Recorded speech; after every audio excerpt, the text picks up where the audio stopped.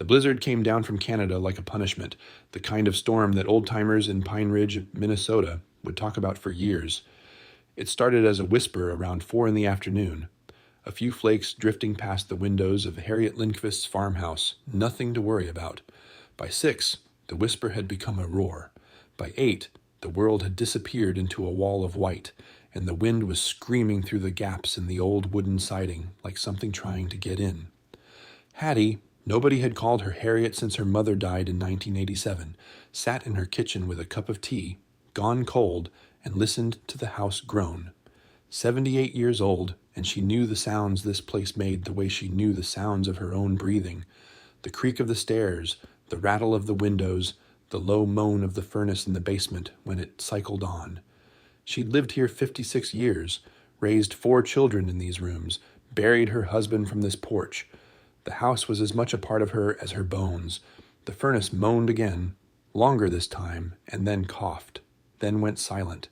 Hattie set down her tea and waited. Sometimes it did that, hiccuped, caught its breath, came back to life like a stubborn old man refusing to admit defeat. Gunnar had been that way, stubborn to the end, working the dairy until his hands couldn't grip anymore, walking the fields until his legs gave out. He died 3 winters ago, in January, sitting in the chair by the window where he liked to watch the snow fall. She'd found him in the morning with frost on the inside of the glass and a look on his face like he'd finally found something worth resting for. The furnace didn't come back on. She pulled Gunnar's old wool coat tighter around her shoulders. Too big, always too big, but it still smelled like him if she buried her nose in the collar, and went down to the basement. The stairs were steep, the railing loose, and her hip complained with every step. Dale kept telling her she'd fall one day, break something, lie there until someone found her. Dale kept telling her a lot of things. Move to town, sell the farm. Come live with him and Maureen in that split level in Duluth, with the tiny yard and the neighbors close enough to hear her cough. She'd rather freeze. The furnace sat in the corner of the basement like a dead thing, which it was. She pressed the reset button, listened for the click that meant it was trying. Nothing.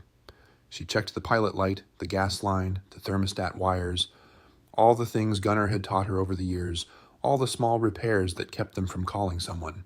Nothing worked. The furnace was dead, and the temperature outside was 17 below zero and dropping, and the phone lines were down from the ice. Hattie climbed back up the stairs, closed the basement door, and stood in her kitchen doing the math. The wood stove in the living room still worked. She kept it stocked out of habit, out of memory. Because Gunnar had built it with his own hands, and letting it go cold felt like letting him go cold. She had enough wood for 2, maybe 3 days. After that, she'd have to burn furniture.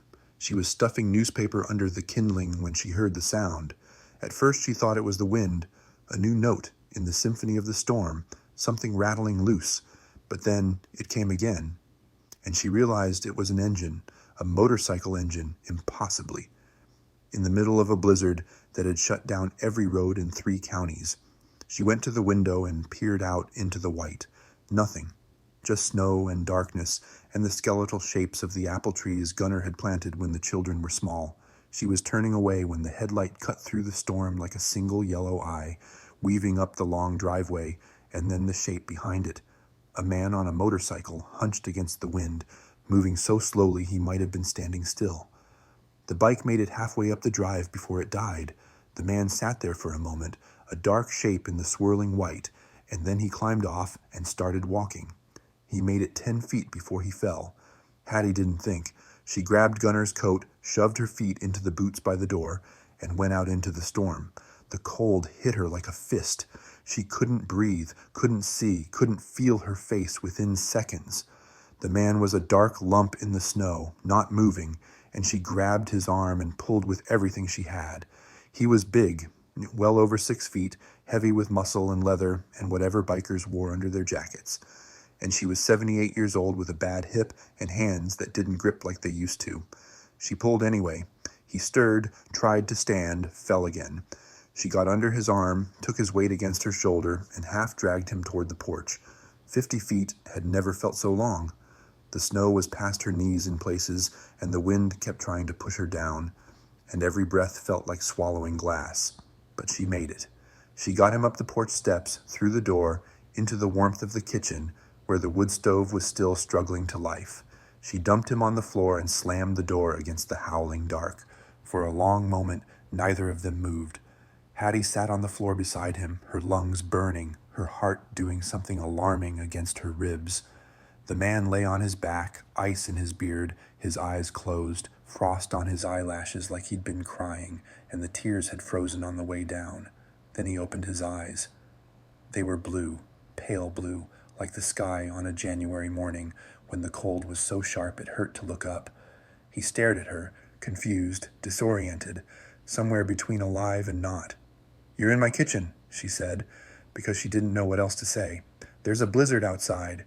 Your motorcycle is dead in my driveway, and my furnace just quit, so we're both going to freeze if I don't get that." "Fire going."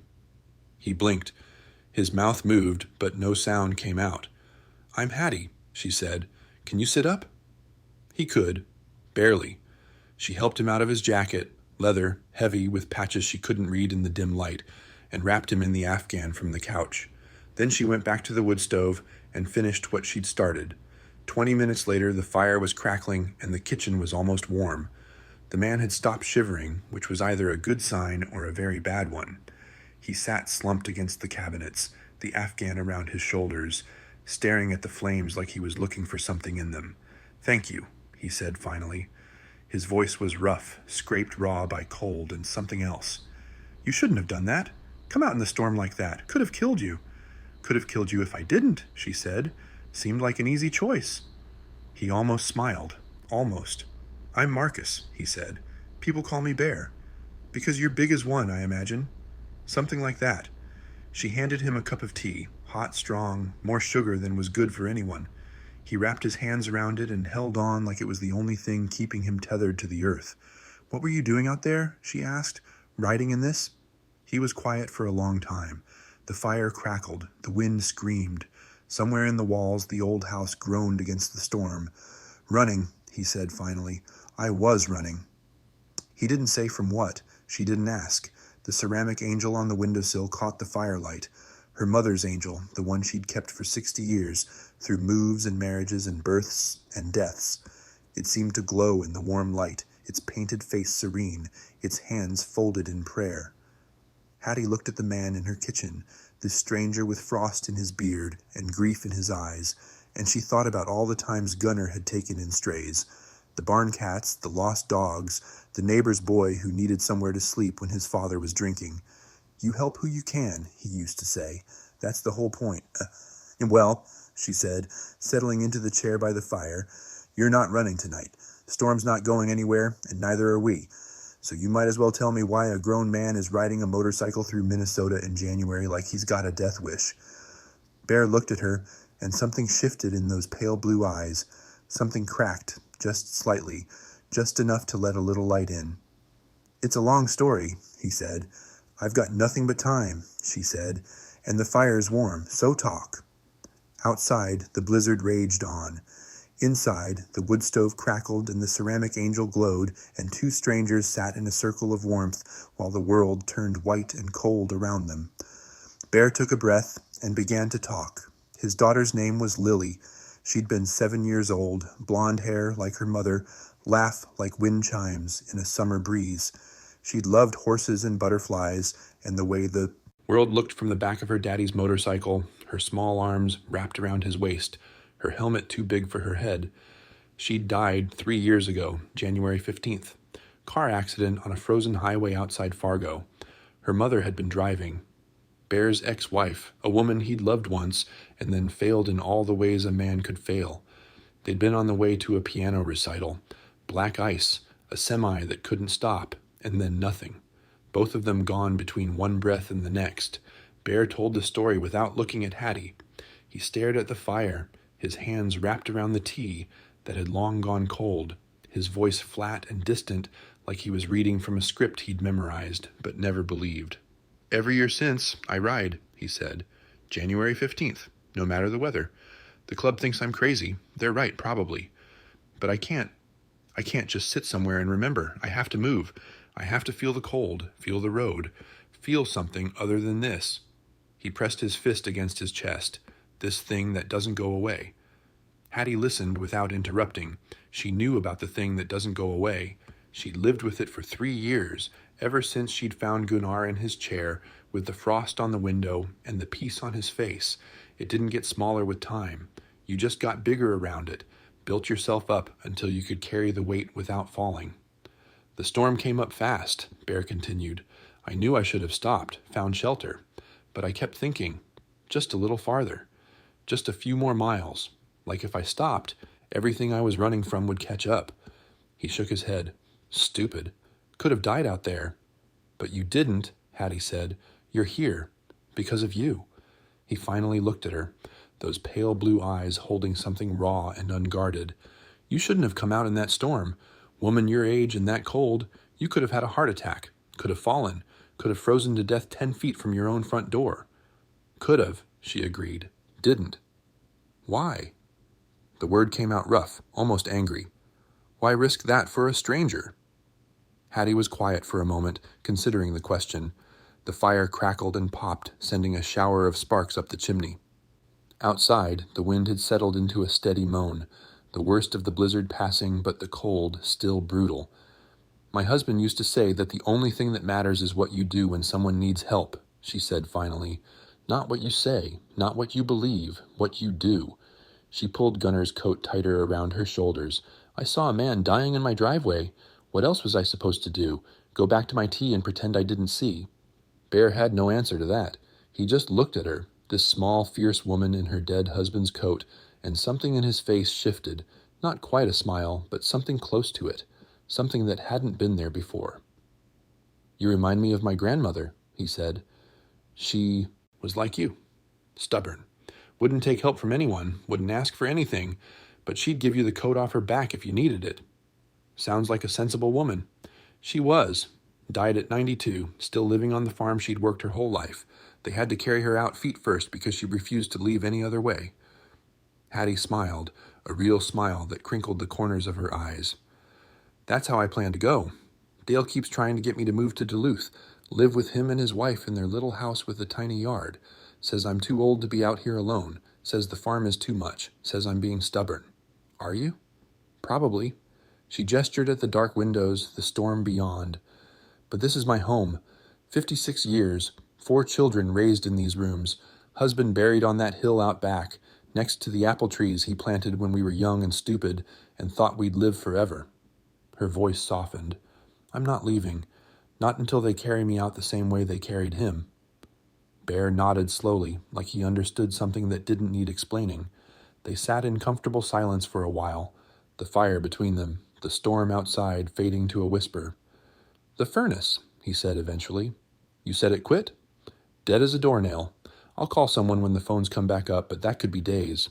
The power lines are probably down too. We've still got electricity, but that's the backup generator, only good for another day or so. I know a little about furnaces. Mind if I take a look? Hattie studied him. He was still pale, still shaky, still wrapped in her afghan like a man who'd nearly died and hadn't quite accepted that he hadn't, but there was something in his eyes now, a spark of purpose, a need to be useful. Basement stairs are steep, she warned, and the light down there isn't great. I've worked in worse. She led him down, holding the flashlight while he poked and prodded at the old furnace. It was a beast from the 70s, all metal and rust and mysterious ducts that Gunnar had understood and Hattie had never quite figured out. Bear knelt beside it, his big hands moving with surprising delicacy over the components. Igniter's shot, he said after a few minutes, and the gas valves corroded. Surprised it lasted this long, honestly. He sat back on his heels, wiping his hands on his jeans. You need a new furnace. This one's held together with rust and prayers. I know. Hattie's voice was quiet. I've known for 2 years, just haven't had the money. Bear looked at her, and she saw the question forming before he asked it. She answered anyway, because there was something about this man, this stranger who'd nearly died in her driveway and was now kneeling in her basement, trying to fix what couldn't be fixed. That made her want to tell the truth. Gunnar handled the money. I didn't realize how bad it had gotten until after he died. The dairy hasn't turned a profit in years. We've been leasing the land to the Petersons down the road, but they're barely scraping by themselves. Property taxes keep going up. Medical bills from when Gunnar got sick. She wrapped her arms around herself, suddenly cold despite the layers. Dale wants me to sell. Says it's the only sensible thing. A developer's been sniffing around, wants to buy the whole property, tear down the house, put up vacation cabins for people from the cities. What do you want? The question hit her harder than she expected. Nobody asked her what she wanted anymore. They told her what was sensible, what was practical, what was best for a woman her age and her situation. They made decisions around her, about her, as if she'd already stopped existing and they were just managing what was left. I want to die in my home, she said, like Gunnar did, looking out at the snow falling on the fields we worked our whole lives. I want to be buried next to him under the apple trees. I want... Her voice cracked and she stopped, embarrassed. Bear stood up slowly, his joints creaking. He put a hand on her shoulder, gentle, the way you'd touch something fragile and precious. How much? He asked. What? How much do you owe? Taxes, bills, all of it. How much to keep this place? She shook her head. It doesn't matter. I can't... How much, Hattie? She told him. It was a number she'd stared at on paper 100 times, a number that woke her up at 3 a.m. and sat on her chest like a stone. Saying it out loud made it feel even heavier. Bear nodded, his face unreadable. Okay. Okay, what? Okay, I heard you. Let's go back upstairs before we both freeze. They climbed the stairs in silence. The kitchen was warmer now, the wood stove doing its work, but Hattie felt colder than she had all night. She'd told a stranger her shame, the debt, the failure, the slow slide toward losing everything she'd spent her life building. And he just said, okay, like it was nothing. Bear settled back into his spot by the fire and pulled out his phone. No signal, of course. The storm had knocked out the cell towers along with everything else.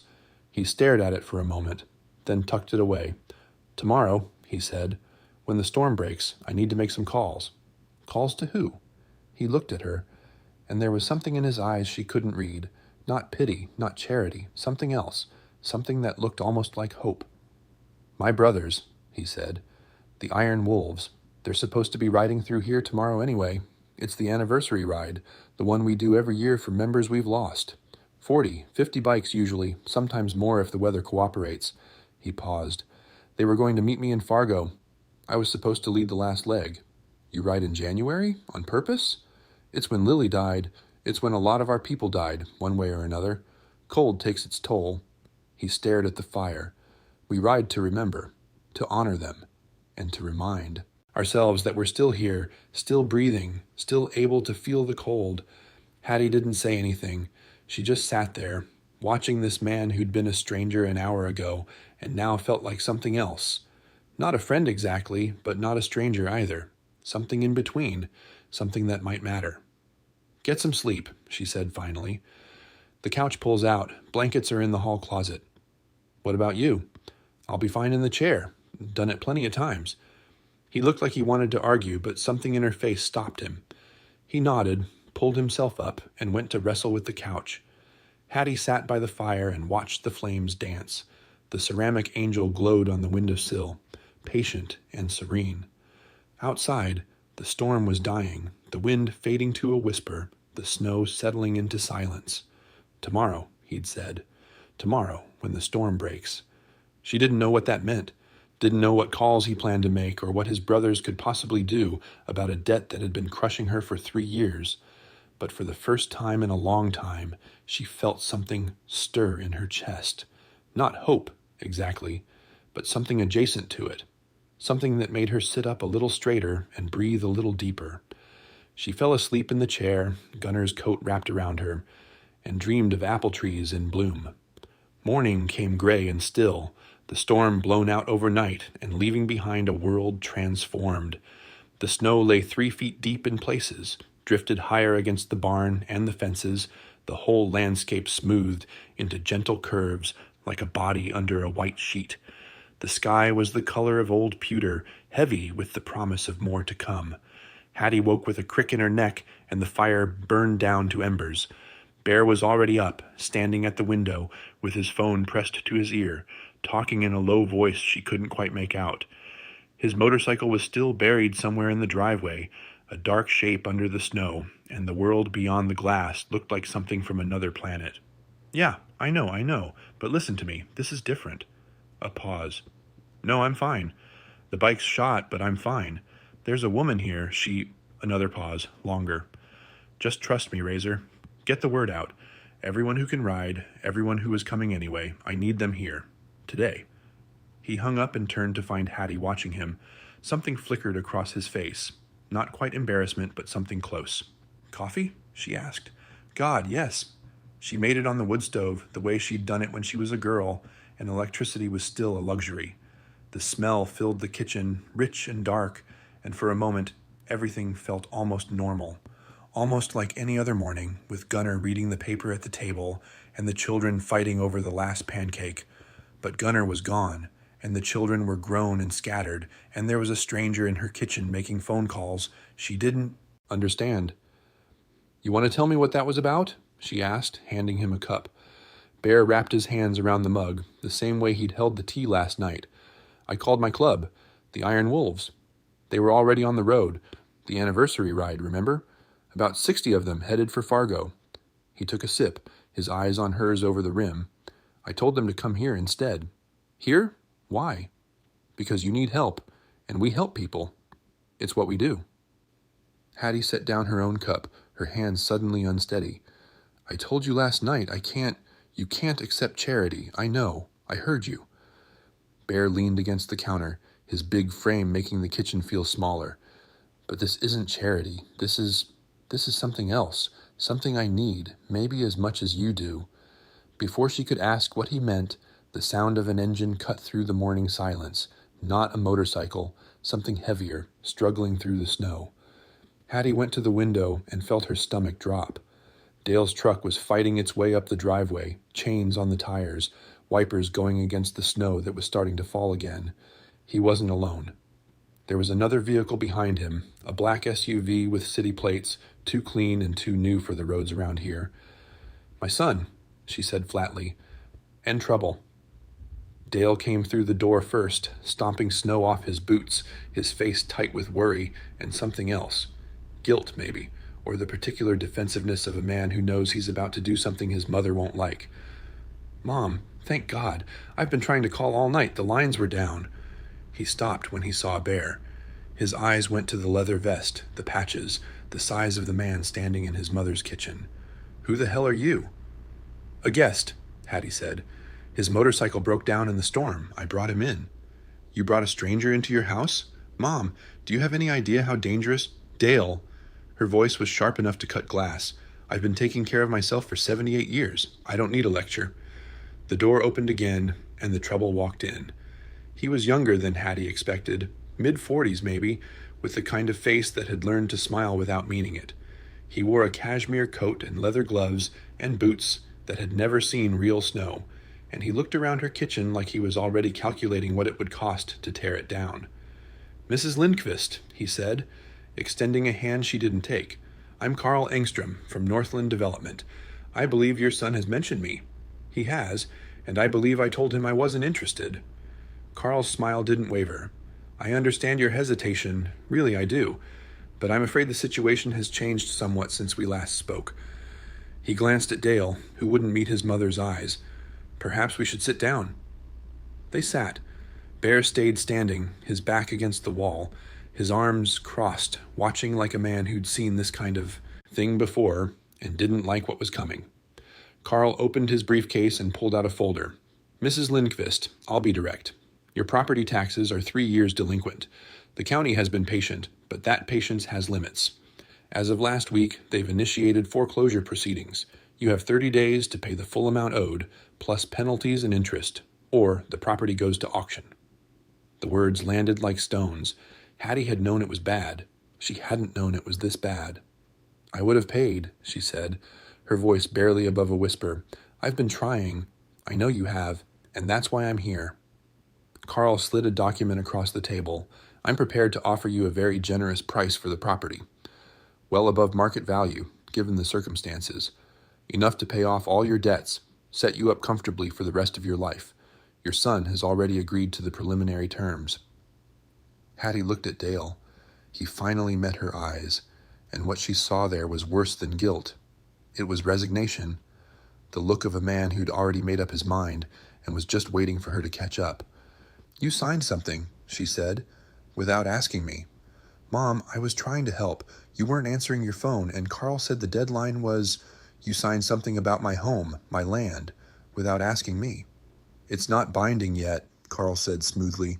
"We need your signature to finalize, but I should mention that the terms become less favorable if we can't close by the end of the week. The county is quite motivated to resolve this, and if the property goes to auction..." "Get out!" The words came from Bear, low and flat. Carl turned, startled, as if he'd forgotten there was anyone else in the room. "Excuse me? You heard me." Bear pushed off from the wall, unfolding to his full height. "The lady said she wasn't interested. That's the end of the conversation." "I don't think this concerns you," Carl said, but there was a waver in his voice now, a flicker of uncertainty. "This is a private business matter." "Nothing private about a vulture trying to steal an old woman's home." Bear moved to stand beside Hattie's chair, not touching her, just present, solid, like a wall between her and everything that wanted to hurt her. She said, "Get out. I won't say it again." Carl looked at Dale, who shrugged helplessly. He looked at Hattie, who hadn't moved, whose eyes were still fixed on her son with an expression of grief and betrayal. He gathered his papers, snapped his briefcase shut, and stood. "I'll give you 24 hours, he said. "After that, the offer drops by 30%, and if you can't pay what you owe, the county will take the property regardless of what anyone wants." He left. The SUV's engine growled to life outside, struggled through the snow, and faded into silence. Dale stood in the kitchen, his hands hanging at his sides. "Mom, I was trying to help. You have to understand. Go home, Dale." "Mom, go." "Home."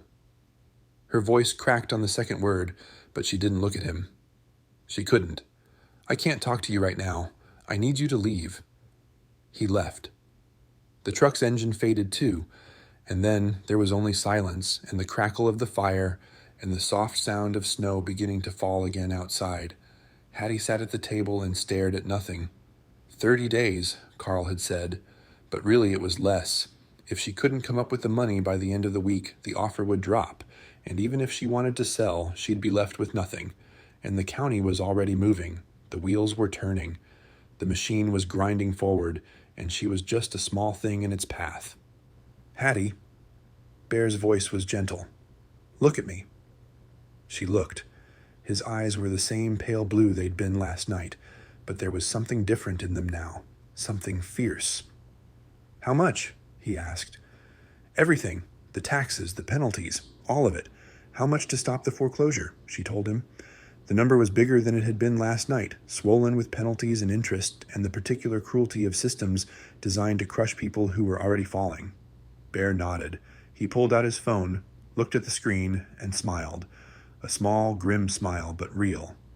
"I've got a signal," he said. "The towers must be back up." He dialed. Hattie watched him, not understanding, not daring to hope. "Razor?" "Yeah, it's me. Change of plans." He walked to the window, looking out at the snow-covered fields. "I need everyone, not just the anniversary riders, everyone. Call the chapters in Duluth, Minneapolis, Sioux Falls, anyone who can get here by tonight." A pause. "Because I found something worth riding for. Just trust me. Get them here." He hung up and turned back to Hattie. Outside, the snow was falling harder now, but through it she could hear something, a distant rumble growing closer. The sound of engines, the sound of thunder on a winter morning. "They were already on their way," Bear said, "the anniversary ride. But I made some calls last night before I lost signal, told them what was happening, told them about you." "I don't understand," Hattie whispered. "What can they do?" Bear crossed to the window and pointed. On the road, just visible through the falling snow, a line of headlights was approaching. 1, then 5, then 10, then more. A procession of motorcycles cutting through the white, their engines growling in unison, their riders hunched against the cold.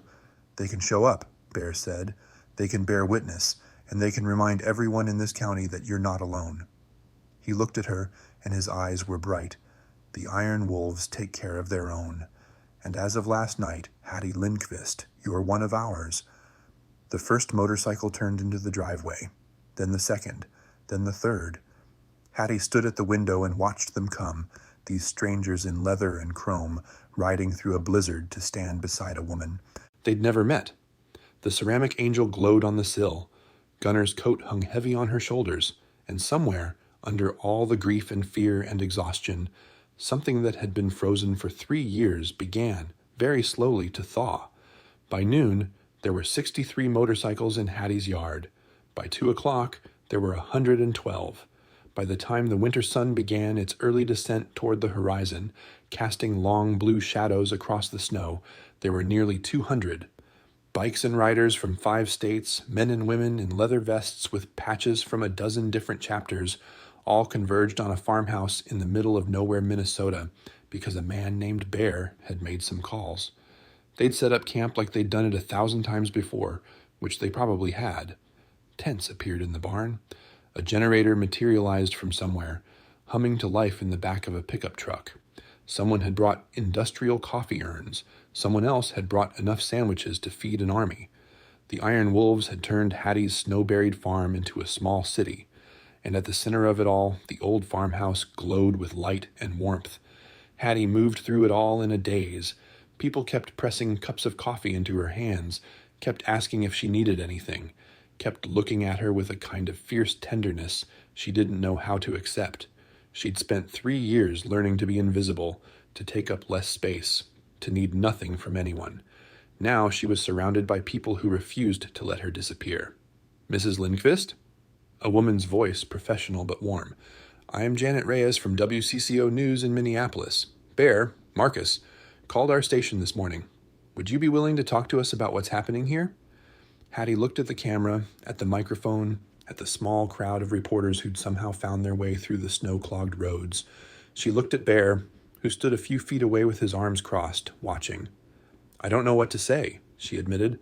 "I'm just an old woman trying to keep her home." "That's exactly what people need to hear," Janet said.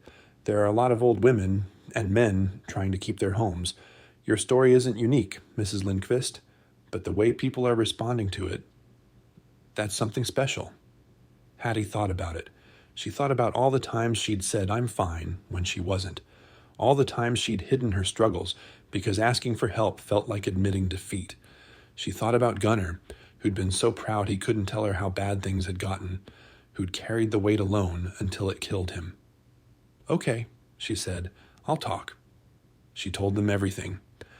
The dairy farm that had stopped being profitable decades ago, the medical bills from Gunner's illness, the property taxes she'd fallen behind on, 1 year at a time, each year telling herself she'd catch up next year, the developer who'd been circling for months waiting for her to fall far enough that she couldn't get back up, her son who'd signed papers without asking her, thinking he was helping, not understanding that some things mattered more than money.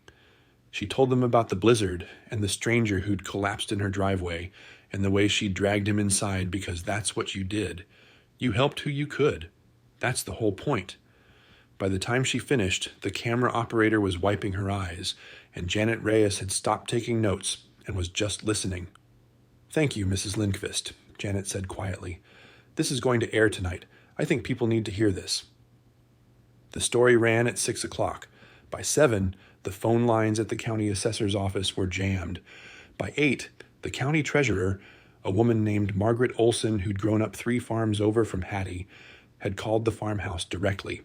"Hattie, it's Maggie Olson. You probably don't remember me. I was a few years behind you in school." "I remember you," Hattie said. "You used to come to the 4-H fairs with your father. He raised the best Holsteins in the county." A pause on the other end. When Maggie spoke again, her voice was thick. "He did. I lost him 10 years ago. I miss him every day." "I'm sorry.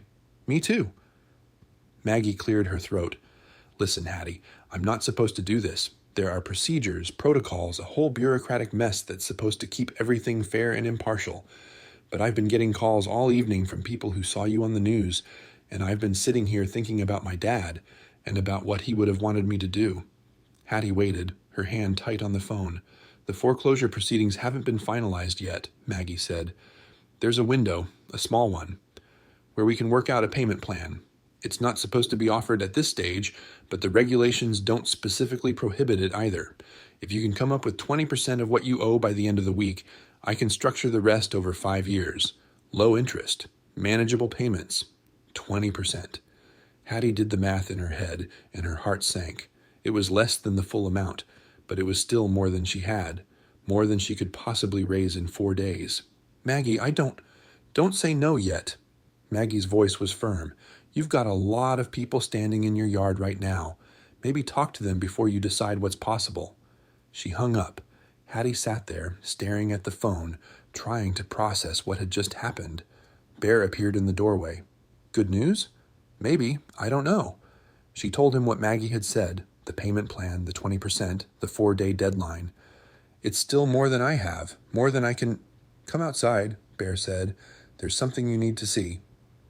The yard was full of people, but they'd arranged themselves into a loose circle around a folding table someone had set up near the barn. On the table was a metal lockbox, the kind you'd use for a cash register, and beside it stood a man Hattie didn't recognize. Older, gray-bearded, with a patch on his vest that said Treasurer.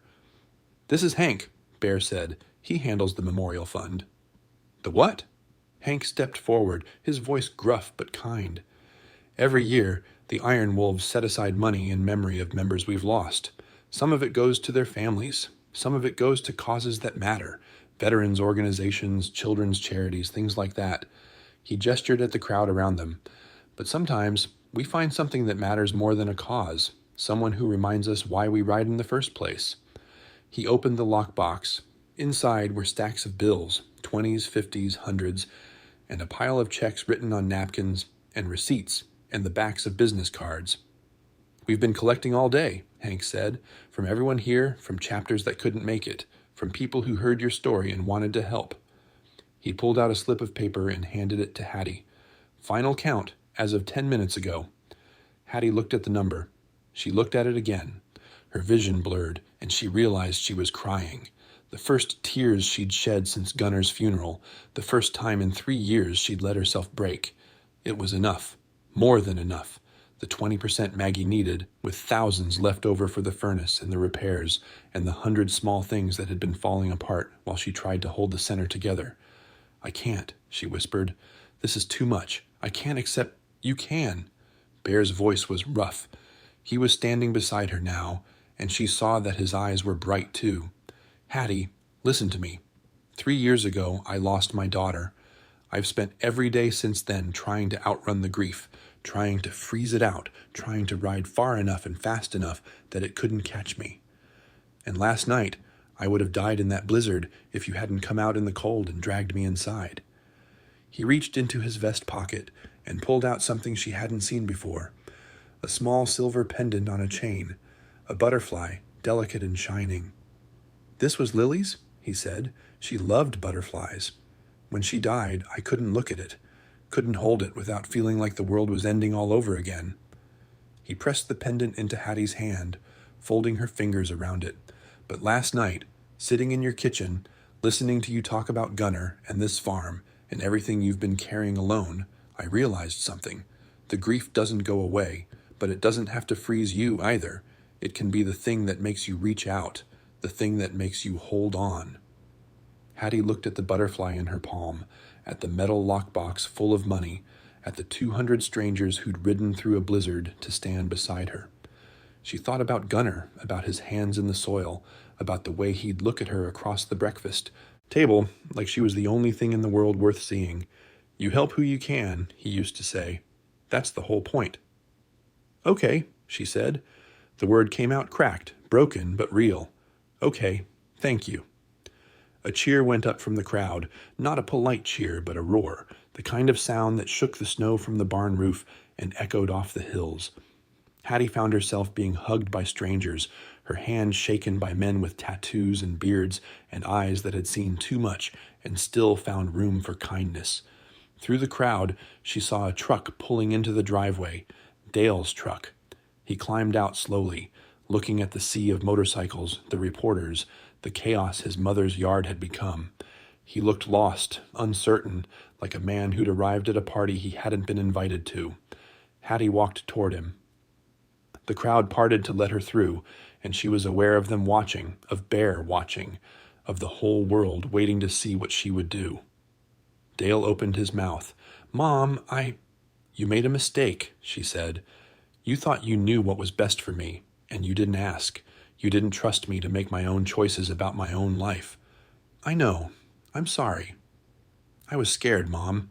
Scared of losing you. Scared of getting a call that you'd fallen or frozen or—" His voice broke. "I just wanted to fix it. I didn't know how else to help." Hattie looked at her son. This man who'd been a boy in these fields, who'd climbed these apple trees, who'd stood beside her at Gunner's grave and hadn't known what to say. He'd made a mistake, a big one, but he'd made it out of love, the same clumsy, desperate love that had made her drag a stranger out of a blizzard. "Come inside," she said. "It's cold out here, and there's coffee, and I think we have some things to talk about." She took his arm, and together they walked toward the farmhouse. The ceramic angel glowed in the window. The wood stove crackled, and outside, in the fading winter light, 200 motorcycles sat in the snow like sentinels, guarding something they'd decided was worth protecting. Spring came late to Pine Ridge that year, the way it always did. The snow held on through March, softening in the afternoons and freezing hard again at night, until one morning in early April, the fields finally shook off their white blankets, and the world turned brown and wet and alive. Hattie stood on her porch and watched the meltwater run in silver ribbons down the driveway, carrying away the last of the winter that had nearly killed her. The apple trees Gunner had planted were budding now, tiny green fists of leaves pushing out from the bare branches. In a few weeks they'd bloom, and the whole hillside would turn white and pink, and she'd sit here with her coffee and remember all the springs they'd watched together. But she wouldn't be watching alone, not anymore. The new furnace hummed in the basement, installed in February by a crew of iron wolves who'd turned out to include 2 licensed HVAC technicians and a plumber. They'd refused payment, said it was covered by the Memorial Fund, said the work itself was the payment. The roof had been patched, too, and the porch steps replaced, and somewhere along the way, someone had fixed the railing on the basement stairs that had been loose for 7 years. Dale came by every Sunday now, not to check on her, not to worry out loud about her living alone, but just to visit, to sit at her kitchen table and drink coffee and talk about nothing in particular. He'd brought Maureen last week, and the 3 of them had looked through old photo albums, and Dale had cried when he saw the picture of himself at 8 years old, sitting on Gunner's shoulders in front of the barn. They'd talked about the papers he'd signed, really talked, not argued, not accused. He'd explained the fear that had driven him, the late-night calls from Maggie Olson, warning that the county was running out of patience, the smooth-talking developer who'd made it all seem so simple. He'd been wrong. He knew that now, but Hattie understood something she hadn't understood before. Her son's fear came from the same place as her stubbornness. They were both trying to hold on to something they couldn't bear to lose. Carl Engstrom had moved on to other projects. The news story had made his approach look predatory, which it was, and the attention had spooked whatever investors he'd been courting. Hattie had heard through the grapevine that he'd shifted his focus to commercial properties in the cities, places where the owners didn't have 200 bikers willing to ride through blizzards for them. She didn't wish him ill. She didn't wish him anything at all. He'd been a symptom, not a cause, and the cause had been addressed. The payment plan was working. 20% up front, the rest spread over 5 years. Manageable, Maggie had promised, and so far she'd been right. Hattie had even started taking small jobs again, the kind she'd done before Gunner got sick, mending for the neighbors, selling eggs from the chickens she'd finally gotten around to raising again, helping with the books at the church. It wasn't much, but it was hers, earned, not given. Bear came by when he could, not every week. He lived 4 hours away, and he had his own life, his own obligations, but often enough that his motorcycle in the driveway had stopped being a surprise. He'd stayed 3 days after the gathering, helping coordinate the cleanup, making sure Hattie had everything she needed. Before he left, he'd pressed something into her hand, Lily's butterfly pendant, the one he'd shown her that night. "I want you to have it," he'd said, "so you remember." Remember what? That reaching out saved both of us. The pendant hung on the windowsill now, next to her mother's ceramic angel, 2 small figures watching over the kitchen, 2 reminders that loss didn't have to mean the end. The Iron Wolves had added Pine Ridge to their annual memorial. Ride. Every January 15th, they'd pass through on their way to Fargo, stop at Hattie's farm for coffee and pie, pay their respects to the woman who'd dragged one of their own out of a blizzard. It had become part of their tradition now, woven into the fabric of their remembrance. Lily's ride, they called it, the ride that almost ended in the snow. Bear had told her, on his last visit, that he'd started seeing a grief counselor, someone who specialized in loss, in the particular weight of outliving your child. He wasn't fixed. He'd never be fixed, and he knew that now. But he was learning to carry it differently, learning that the weight didn't have to crush him if he let other people help him hold it up. "You taught me that," he'd said, "that night in your kitchen. You'd been carrying Gunner's death alone for 3 years, and it was killing you. But you still came out into the storm for a stranger. You still reached out." "I didn't have a choice," she'd said. "You were dying." "There's always a choice. You just made the right one." Now, standing on her porch in the April sunshine, Hattie thought about choices, about the small ones that seemed like nothing and the big ones that changed everything, about the choice to open a door, to drag a stranger inside, to accept help from people she'd never met, about the choice to forgive a son who'd been wrong, but not malicious, about the choice to keep living in a house full of memories instead of running away to somewhere smaller and safer and less full of ghosts. She touched the ring on its chain. Gunner's ring, still warm against her chest, still the first thing she reached for when she woke and the last thing she held when she slept. She'd never stop missing him. The grief would never fully thaw.